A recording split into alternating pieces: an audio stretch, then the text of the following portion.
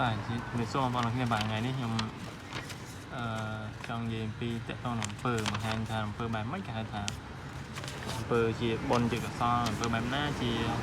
បាបឬក៏ជាអកុសលណា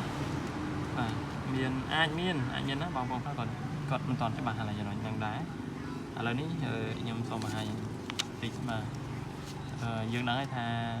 ពាក្យថាកម្មគឺមានន័យថាកម្មជាកុសលផងជាអកុសលផងឬក៏និយាយថាបុណ្យផងបាបផងហ្នឹងឥឡូវខ្ញុំចង់បញ្យល់ពាក្យថាតើបុណ្យហ្នឹងមានអំពើបែបណាខ្លះបុណ្យហ្នឹងមានអំពើបែបណាខ្លះដែលថាបុណ្យហ្នឹងបាទទី1គឺយើងនិយាយពីបុណ្យដែលកើតចេញពីចិត្តសិនបាទចិត្តល្អបាទគឺជាបុណ្យចិត្តដែលត្រេះរិះត្រូវការគិតត្រូវហ្នឹងឯងគិតត្រូវហ្នឹងក៏ជាបុណ្យចិត្តល្អចិត្តគិតត្រូវគឺសត្វបុណ្យណាចិត្តមានមេត្តាបាទចិត្តមានមេត្តាករុណាហ្នឹង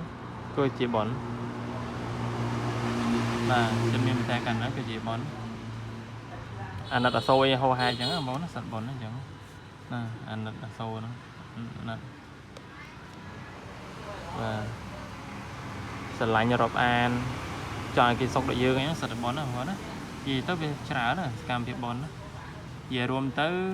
ពិធីដែលយើងងាយសង្គមទៀតមានថារាល់ទង្វើល្អឲ្យតែទង្វើឬការគិតការធ្វើហ្នឹងល្អមានន័យមិនល្អគឺនាំឲ្យមានបានសេចក្តីសុខនិងសុខចម្រើន